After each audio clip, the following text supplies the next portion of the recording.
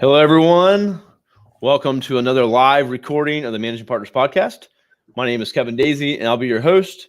I'm also the founder of Array Digital, where we exist to help law firms grow their practice by using digital marketing. I'm joined today by an awesome guest coming out of Chicago, Illinois area, Raif Palmer. Welcome to the show. Thank you very much, Kevin. I appreciate it. Yeah, excited to have you on. And everyone, we're going to be talking about a lot of different things here. But Raif really has done a lot of cool stuff with his firm. Their marketing looks tight. He's doing some really interesting things. He's on TikTok, where most of you probably are not. So I'm hoping you're going to learn a lot from what he's doing and maybe get out of your comfort zone and take your firm to the next level. So think about some of the things that he's got to share today and tune in. Please tune in. So Raif, let's get started. First off, your background, your story, what was that defining moment that made you become an attorney? And give us a little bit of the story to where you got to where you are today. The short story about defining moment on being an attorney was when I was a kid, I dreamed of being a fighter pilot or a rock star, but my eyes are no good and I can't sing. So my grandfather suggested I'd make a great lawyer because I like to read, I like to write, and I guess argue as well. So I think he thought I had the makings of a good attorney. But we don't have any lawyers in our family. I'm the first one.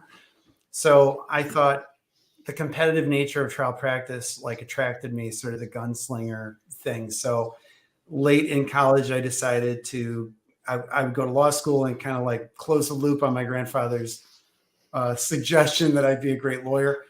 And I ended up loving it. When I was clerking actually before I was in law school, and I liked what I saw the trial lawyers doing. And I thought, this is going to be exciting. I want to do this. And I wasn't a family law or divorce attorney.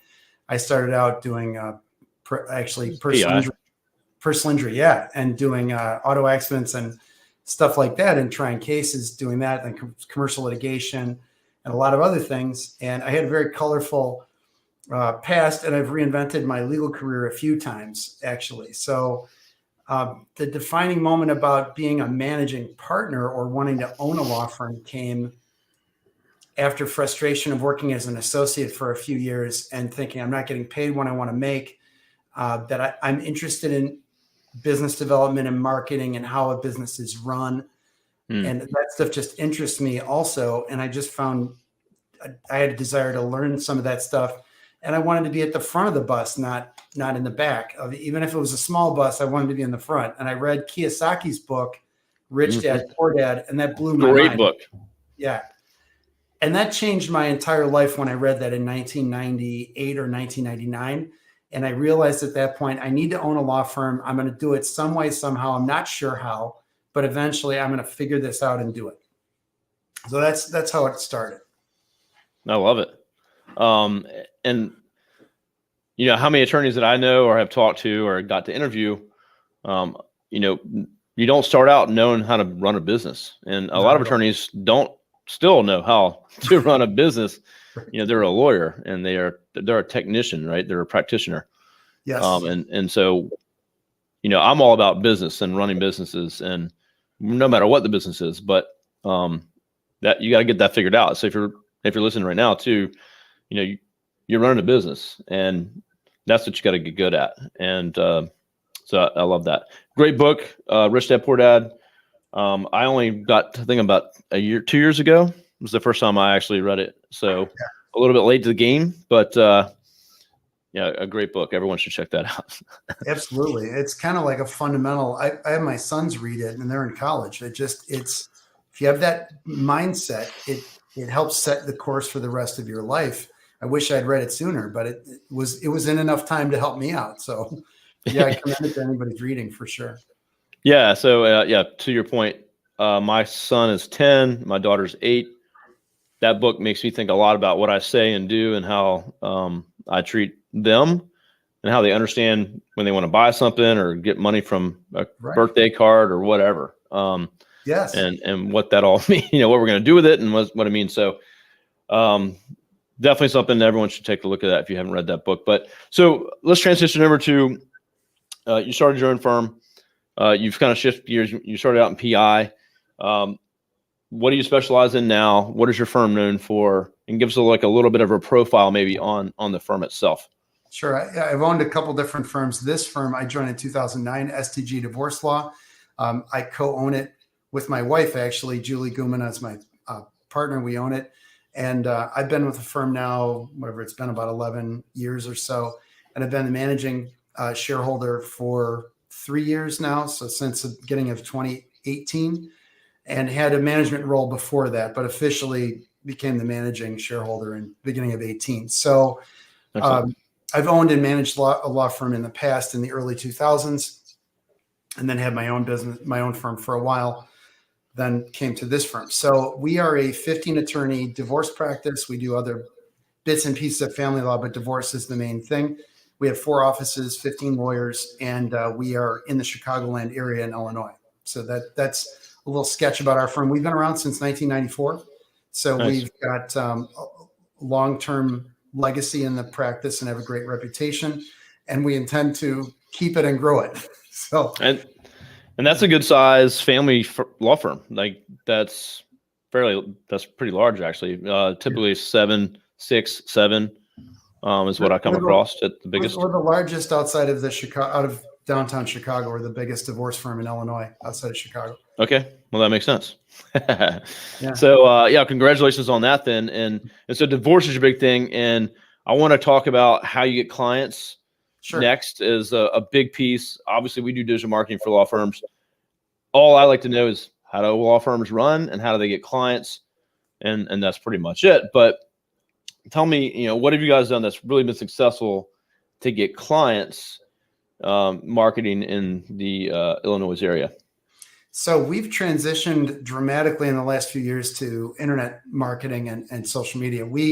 Since we're a legacy firm, a large portion of our business when I took over management was referrals and past clients sending folks. So we had a huge percentage of that driving our business, which scared me because you don't want to rely on that. That's not necessarily something hopefully you do a good job for folks and they keep coming back. And that grew us from 1 attorney to, 12 or 13. But if I realized market share is getting gobbled up by lots of upstart law firms who are being savvier in the internet market space. Yeah. They had good social, they were running pay-per-click, their websites were good. And we'd been pretty good in the web in the I'd say about 2000 until about 2010, 2012. We had a great website. We had good natural search results on Google. So we were doing pretty well on that. But I saw our sort of fresh clients declining, our internet referral percentage dropping very slowly. And that got my attention. So first of all, I was getting metrics to figure out how we were doing and look at our business sources. We didn't really track that stuff very well in the past. So measuring that stuff was really important so we could see where it was coming from and start dashboarding and seeing what was going on. And then we were able to diagnose the problem. And I knew our social media game was weak. Our website needed a major revamp. So we rebranded. This logo was part of that. And changing the name from names of people to a brand that would last beyond certain people leaving or coming and going. So we could create a lasting brand was also important, and a way of thinking rather than just this person or that person, like a cult of personality. So building a constellation of information around website, social, pay-per-click, building that constellation has been my major mission in the last few years. Excellent. And so we've shifted our business dramatically from 80% referral and people we know to about 50% or under 50%. Now we're getting a lot of raw, fresh business from internet sources of all kinds. Which you can turn into more referrals. Absolutely. But you're shoveling fresh coal into the engine rather than continue to mine the same sources. And that's what's really engine driving a lot of the growth. I love it, actually. And that's how I started my business. I started my company in 2006, doing websites and SEO, and that was kind of much where I stuck. And I was all referral. I had to go out and find it. I had a network. It was local. That was it. But yeah, it would scare me if it's all I had now. We couldn't do that. But right. But it's where you got to start. You got to do good work. You got to get referrals. Reach out to other attorneys, have mentors, people that can refer you. Maybe the previous place you worked, if they don't handle divorce, but they handle PI, they can send you. It's a great way to start.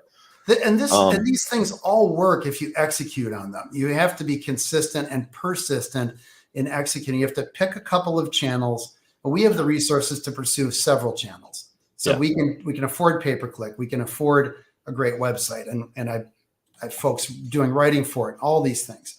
So in social media, I have the time and the wherewithal to crank out videos on TikTok. Not everybody can do that. That's okay if you're smaller scale. You have to pick something and focus on it and execute. And if that doesn't work, shift to the next thing and execute. And it's some folks, if you're starting out or whatever, you're not going to have the time or the resources to chase down shooting a bunch of video on TikTok. But maybe you've got time to prep a bunch of tweets on Twitter or create a bunch of posts on LinkedIn and drop them over the following week. You batch them and get them out there. Or like I said, human networking isn't dead. It's just that you have to be good at pursuing it and create a system. No, 100%. Everything you said, I agree with. And also, too, everyone listening, tuning in, if you're on video, the website address is right below. If you're listening on the podcast, it's stglaw.com, short and sweet, stglaw.com. Check it out. It's a really cool site. I like their brand, nice and fresh and clean, not like a traditional law firm website. I think it looks good.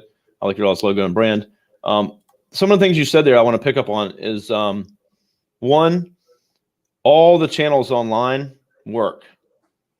Whether or not you get them to work for you the first time you took a stab at it, or whoever you hired, or if you try to do it in the house, maybe it didn't work, but SEO works.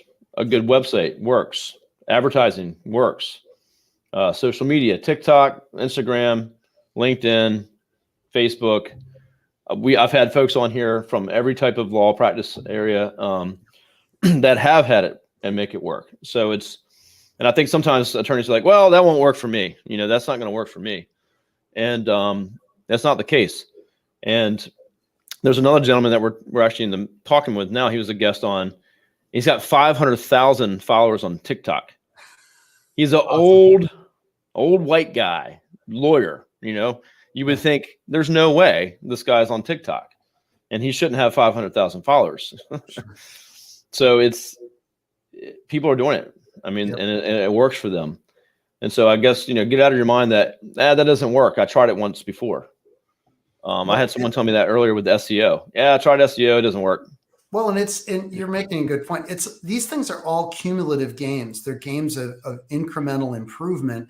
And like SEO, it doesn't work in a month. It takes a long time to build up. And an SEO strategy, and you're the expert on this, but I've learned it's not you can't keyword stuff a website anymore and call it a day. Say the divorce lawyer, all in black on a black screen. Google figured that out a long time ago, folks. The smart SEO, it takes time and money, and it's a lengthy period of time, but you will build over time.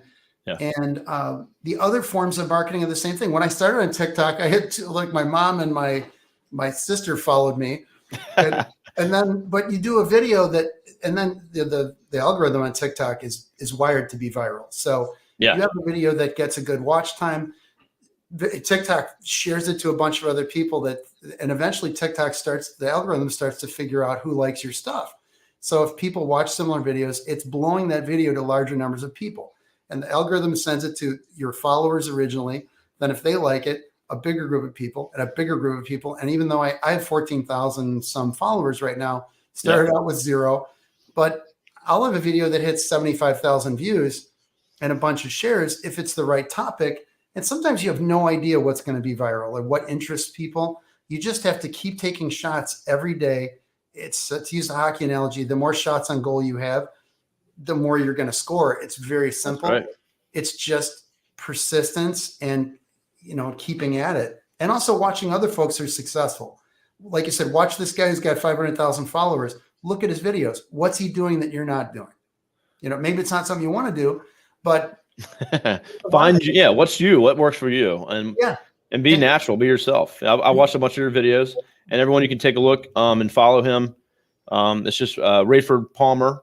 Yep. On TikTok, and you're on some other places as well. But that's me, like everywhere.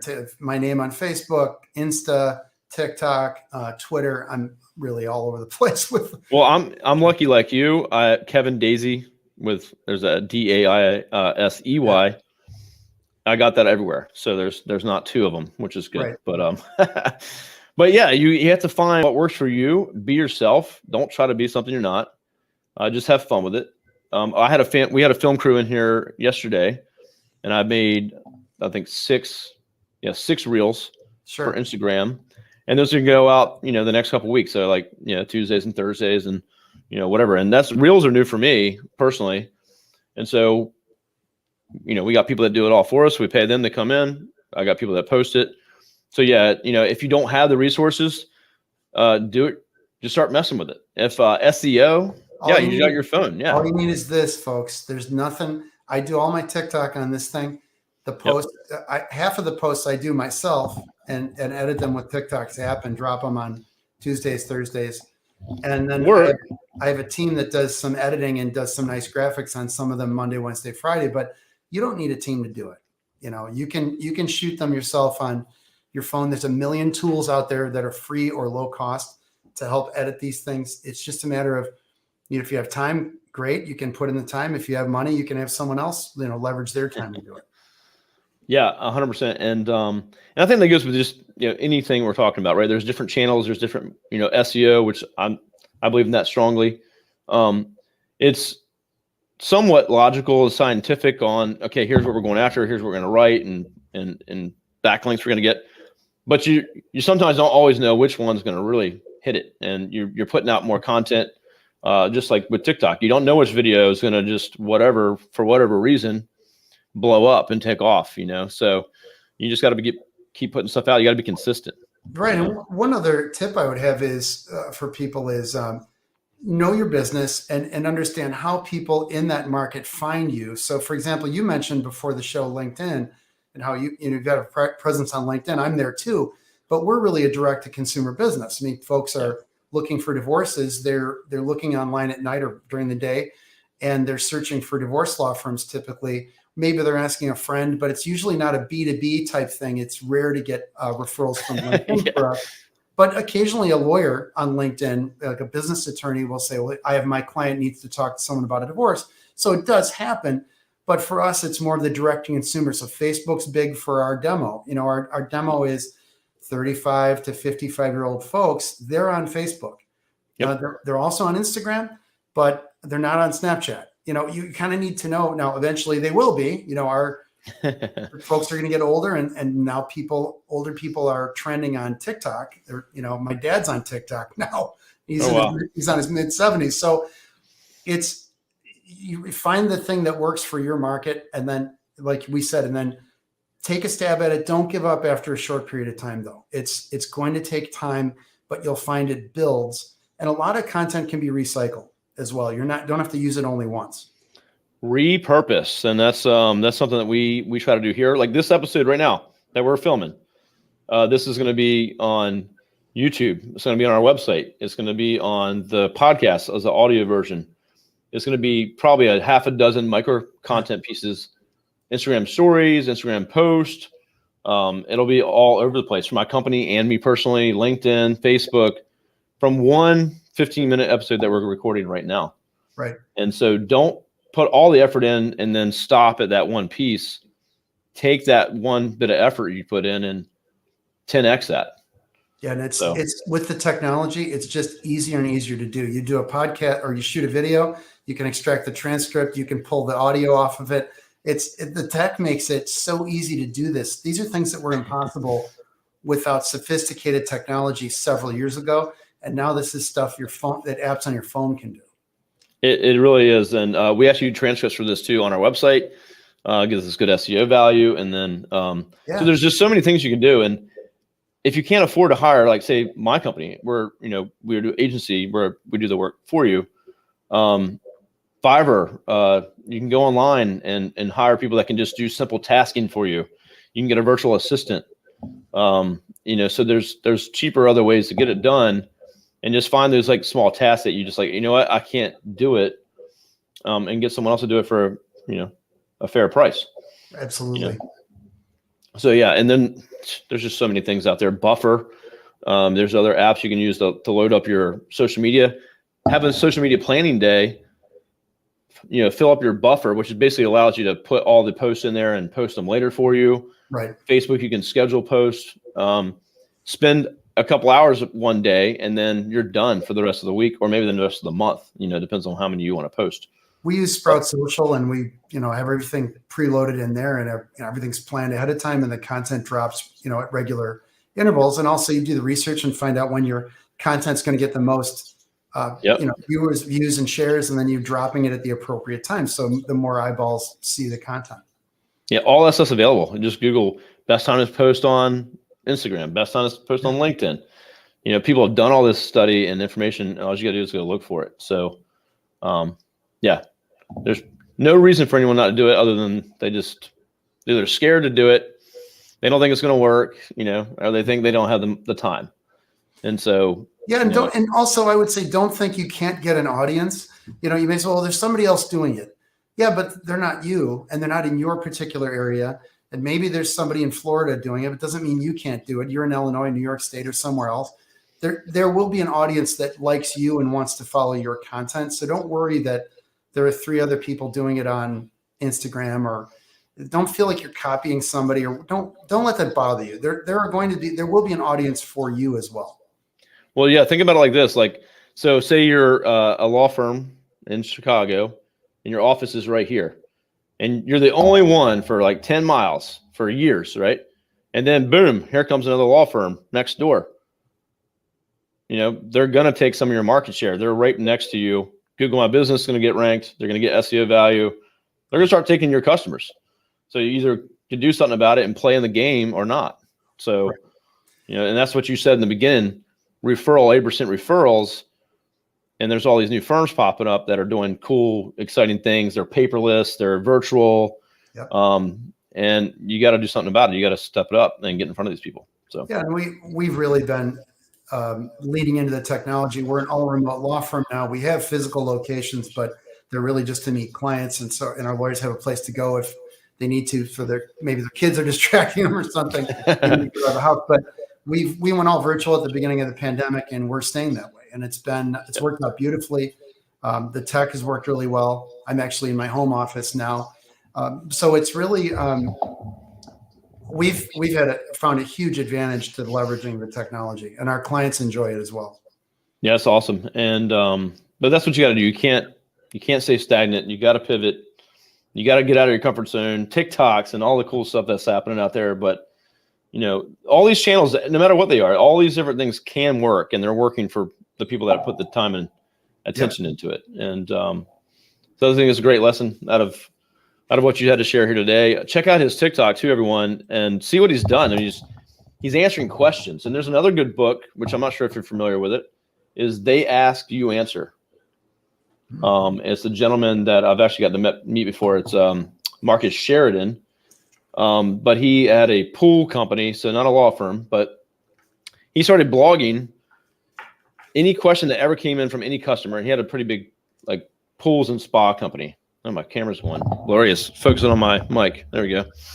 And so basically he started just writing an article responding to every question any client ever asked. How much the pool costs?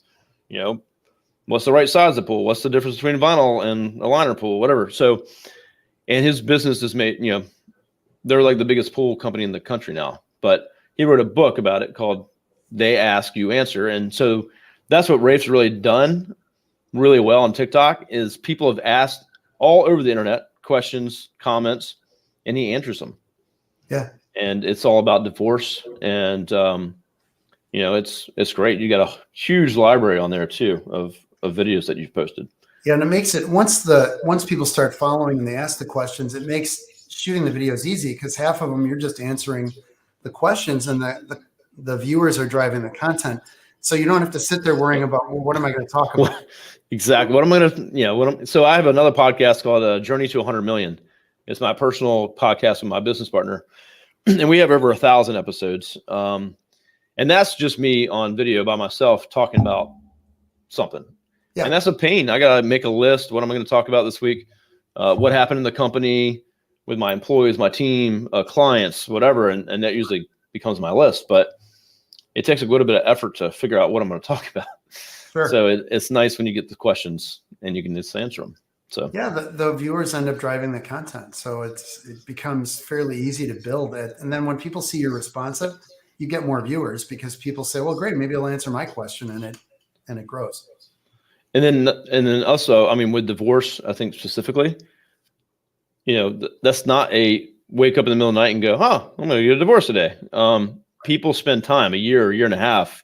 That's seasonal to some degree, right? Holidays coming up. Not a lot of divorces happen at the holidays. It tends to be definitely seasonal. So it like slows down a bit in the summer, picks up in the fall, slows down for the holidays, picks up again after the holidays. Yeah, absolutely true.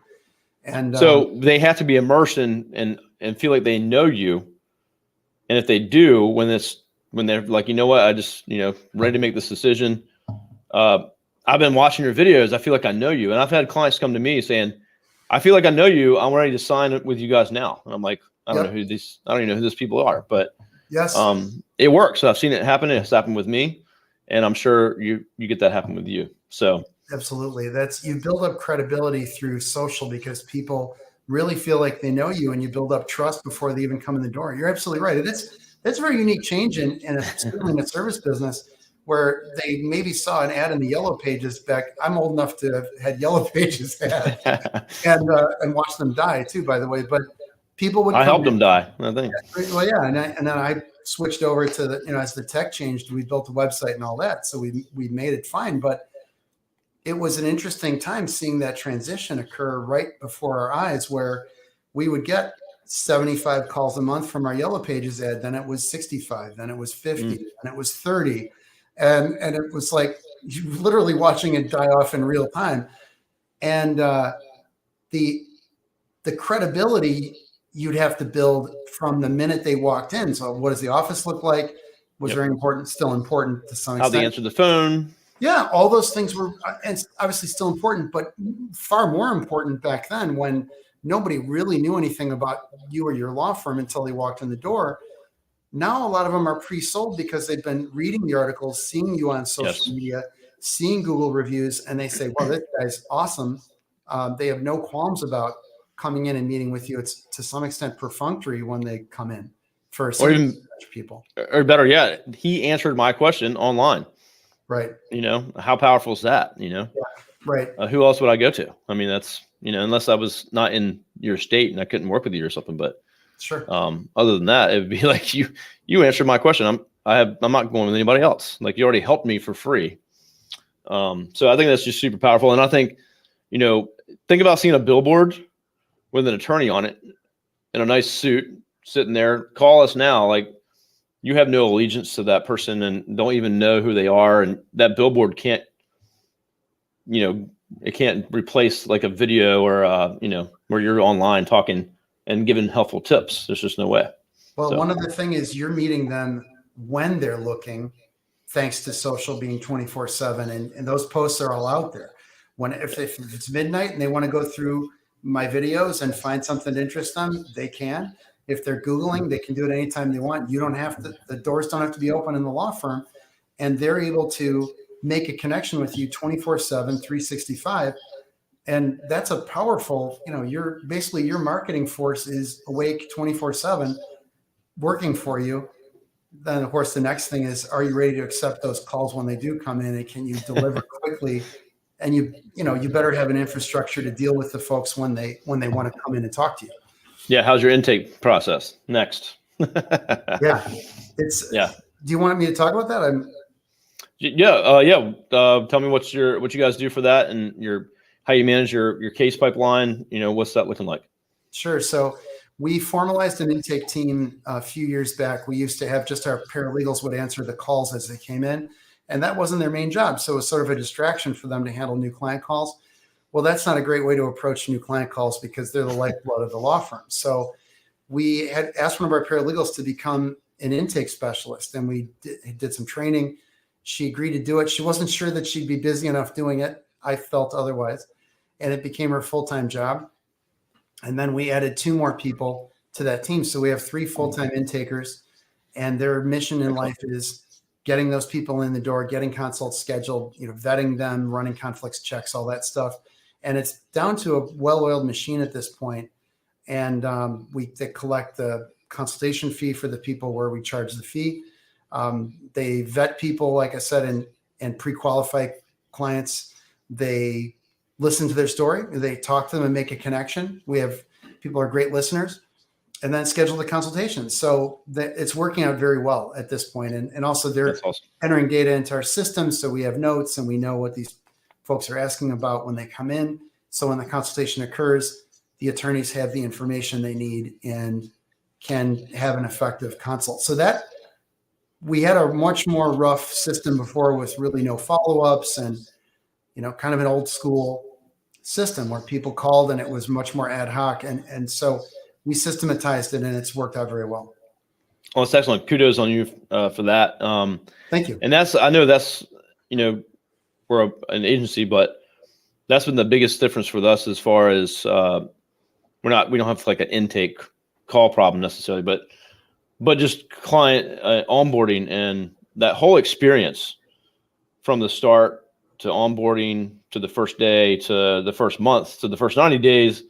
Now for us, it's a longer relationship, of course, with the client, but all those things matter. And I beat my team up literally weekly, daily about how important that is and how we should always be improving it. But you have to have a system in place. It can't be ad hoc. Follow-up is massive. Absolutely right. I've had employees be like, well, I emailed them like a couple of days ago. I mean, I contacted them. And like, yeah, how many attorneys are checking their email every day? So, and they don't even know they were contacted at all because they might not even see the email. So we got to call, we're going to text, we're going to email, and you're going to do it again for the end of the day. And then until they say stop, No, that's right. Persistence pays off, and hitting all the modalities and or whatever, whatever their preferred form of communication is. If they text you, you text them. You don't make them switch channels. Like if they're DMing you on Instagram, you DM them on Instagram. You don't say, oh, call me at this number. You're going to lose folks in the gap, or you're going to say, well, why don't I just text you on Instagram? I don't want to. Why are you making me call you? You have to meet the clients where they're at and not force them to switch to whatever modality you like. And then a lot of law firms do that. Like, you got to call us at this phone number. Well, why are you doing that? Yeah. So for the firms out there, think about that too. A lot of firms are, especially the new ones. I've had a lot of the younger firms that started in COVID, which I wanted to have on as guests because I got to hear their stories about their struggles.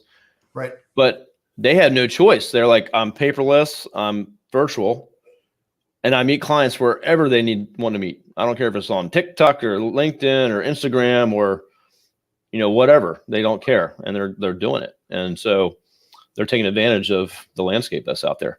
And as the clientele gets older, these kids grew up with a phone in their hand.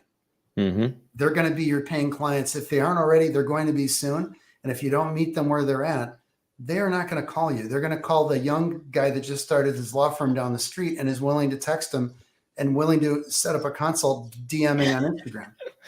Yeah, you got to think about metaverse, and you got to think about cryptocurrencies and accepting that kind of stuff at some point. There's all kinds of changes that are happening, and they're all going to happen faster as technology speeds up. I mean, you're just going to be trying to keep up. So. Yeah, the reality is change is occurring, and the rate of change increases, and lawyers don't like that. I know I don't love it either. I started as a lawyer in '94, and tech is fun for me. I've always been interested in computers, software, hardware, and technology. A lot of lawyers aren't, but I find it fun. But it's a reality. That wave has hit our beach later than most other service industries. So it's hit the travel industry. It's hit the stockbroker. You don't call your broker anymore. You don't go to your bank anymore. You can buy a car on your phone. So it's crazy, isn't it? We have to understand that that's the world everybody's living in now. You're not just ordering a pizza on the phone. You can buy a car on your phone. And so that's the kind of world we're living in. And lawyers are really risking their business success by not acknowledging that and not moving toward that. And since we're sort of we're a controlled monopoly, in the United States, we've been able to kind of hold off on some of that. But there are lawyers catching on, and they're doing this stuff. And if you fail to do it, you're really putting your success of your business in jeopardy. Yeah. You don't have to do it all at once, but you have to start moving towards it incrementally at least, and get started. And COVID just sped it way up. Yeah, well, one thing I'd say is we meant to go remote in 5 years. Our vision was we were going to be an all remote law firm in 5 years when I wrote out our plan. Oh, cool. And it happened in 5 weeks because of COVID. We had to like, hey, well, I got this plan here. Let's just. Well, it was like people said, when are we coming back? And I talked to my business partner and said, why don't we tell them we're never coming back? and they said, okay, that sounds great. And they actually said, you're not going to make us come back, are you? And we said, no, we're really serious. We're not going back.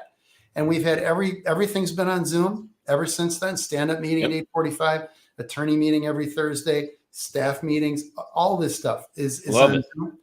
And we're all remote. And there are folks that go into the physical office, but even when we have meetings, they're on Zoom in their own offices, not sitting together, because we didn't want to create this in-office, out-of-office tribal thing, which is what happens when I think hybrid is not a good plan, because you create two tribes. You create the in-office tribe and the out-of-office tribe. And then people play favorites and all this trouble. That's a good point. So I think you either go all the way one or all the way the other. I would urge people, from what I've read and what I'm seeing, either go all remote or be in the office. And I think hybrid ultimately will not be successful for folks. That's a good point right there. I haven't had anyone tell me that before, and I didn't even think about it myself. We went all remote. I'm in the office right now. We have an office that we own. Yeah. So we know we didn't have to expand the office footprint, which is good. So me, my business partner, and my other president of another firm that I own, we're in the office full time. But the rest of my team, I have 22 people that are completely at home. We do get together and have lunch, but we pay for every other week. We do have a lot of people that are in different states. Florida, we have 8, I think. So we got some people spread out, which can't get together anyway. Right. So we've avoided the whole tribal thing, because it's really just some of the owners and leaders hang out in the office, but that's about it. Right. But I can see that being a problem if you had a handful of employees in the office every day hanging out with the owners and the leaders. Right. And kind of versus the people that were just at home feeling like they're disadvantaged for some reason. Well, sure. And you've got the boss sees these people at their desks and they're BSing and they're having nice little side conversations. And the tendency is what you see is what you're paying attention to. And this remote has forced us to be better managers by increasing the level of communication and making us do one-to-one meetings every week with every person and all the things you're really supposed to do as a good manager. We had to implement that stuff because you can't just manage by lunch meetings or by ad hoc walking around the office talking to people. Remote makes you manage better because you have to put in those systems and professionalize your management. And really, you should do it when you're in the office too. People have an illusion that, well, since I see these people, I'm managing them well. Yeah, I talked to him earlier, so that was a one-on-one. Right? Yeah, right. In the lunchroom. When I got coffee, I saw the guy, so everything must be good. And you don't know that. Well, another kudos to you, because have you read the book Traction? Oh, absolutely. That's another good one. Yeah, we have every morning huddles for the whole team. We do too. And we gotten a little too big, so we now have like a sales team huddle and we have an operations huddle. Yeah. And we have one-on-ones with every manager has one-on-ones with their team members, each one of them every week. Us too. Yeah. We have company meetings every month, and that's more me and my partner kind of company vision, where we've been, where we're going. Right. But those things are crucial, and we've been doing it for about 3 years now, maybe 4 years actually. But when we first got a daily huddle, everyone's like, what? Like, why are we wasting our time with this? Yeah. But it's when we get together and we're virtual. So we get to see everyone every day. Yep. And make sure that no one's siloed, make sure everyone's good to go. And then we have the one-on-ones. So we really find out, hey, is everything good? And we don't talk about work if we can help it. Yeah, when we didn't, or you're right, it made a big difference for us, and especially going through the pandemic when people were scared and everybody was very concerned. And we had folks tell us that if we didn't have the 8:45, they said, I don't know how I'd get out of bed and get dressed, because it motivates me to get going and have a benchmark about, okay, the workday starts now. And, our office opens at 8:30 and the lawyers typically start at 9. And then or they have court or whatever. And so it was an important touchstone every day, and it still is. Like you said, everybody okay? Any last minute issues? Anybody need court covered? Okay, ready, go. And it's like 5 minutes, maybe 10. And if folks want to stay on and talk about some issue, they can. Yeah. But most people break and go do what they have to do. But yeah, you're right. That's it forced us to be systematic about things. And Wickman, Wickman's book is excellent. I recommend it to anybody. I got to meet him a couple weeks ago and got a signed autographed copy. That's cool. And but I've had it for quite a few years. I think I've read it twice. My business partners read it twice. We just keep going back and saying, all right, what else did we not do yet? So sure. But the EOS system is another thing to look into, which is the entrepreneurs operating system.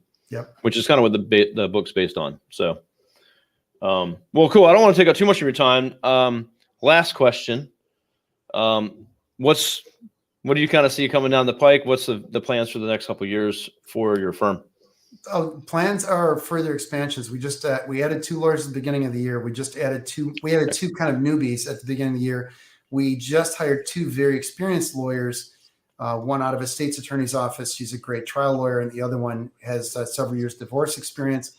And we are expanding in downtown Chicago. We do work there, but we're really going to add lawyers who will be dedicated to that location.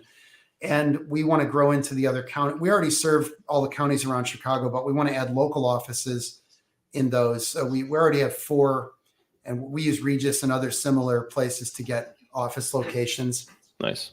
Well, we rent actual space there. And so we're going to expand further. And so we have a local, presence in every one of the communities that we serve. So folks can do consultations with us there, and helps with marketing. Obviously online marketing helps to have a local location as well. So that's Google My Business. Yeah. Get you a map listing, right. Start ranking for that area. Good to go. Yeah. Well, I really enjoyed talking to you. It's really cool to see what you're doing. And thanks. The other goal would be a million followers on TikTok. You got it. Yes. Anybody wants to follow me, I appreciate it. Yeah. Check him out. Raiford Palmer. It's down the bottom of your screen if you're checking this out. Yeah. If you're listening, it's Raiford Palmer. Yeah. Check him out. Like, share, and follow, please. We appreciate it. I'm going to. Don't worry. I looked at it on my desktop, which I'm not logged into that to just watch a couple.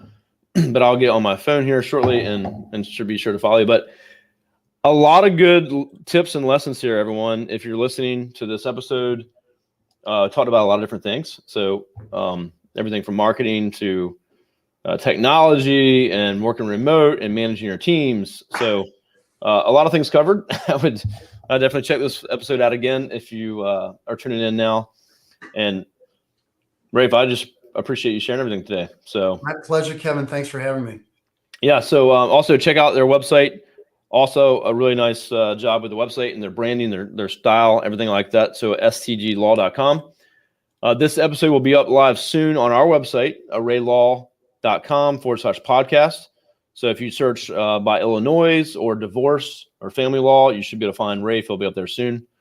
We've had over 150, probably 170. We just don't have them all on the website yet, but been quite the year of interviews. And so all kinds of great content on there. Go check out the episodes that we have. And of course, if you need help going the direction that Raif is going, check us out, arraylaw.com. We help law firms grow through digital marketing, websites, SEO, social media, and advertising. And check us out. So, Raif, anything else you want to add before we go? No, thank you very much for the opportunity. It was my pleasure. Yes, sir. Well, thank you. Stay on with me. Everyone else, we'll see you soon. We'll see you in the next episode.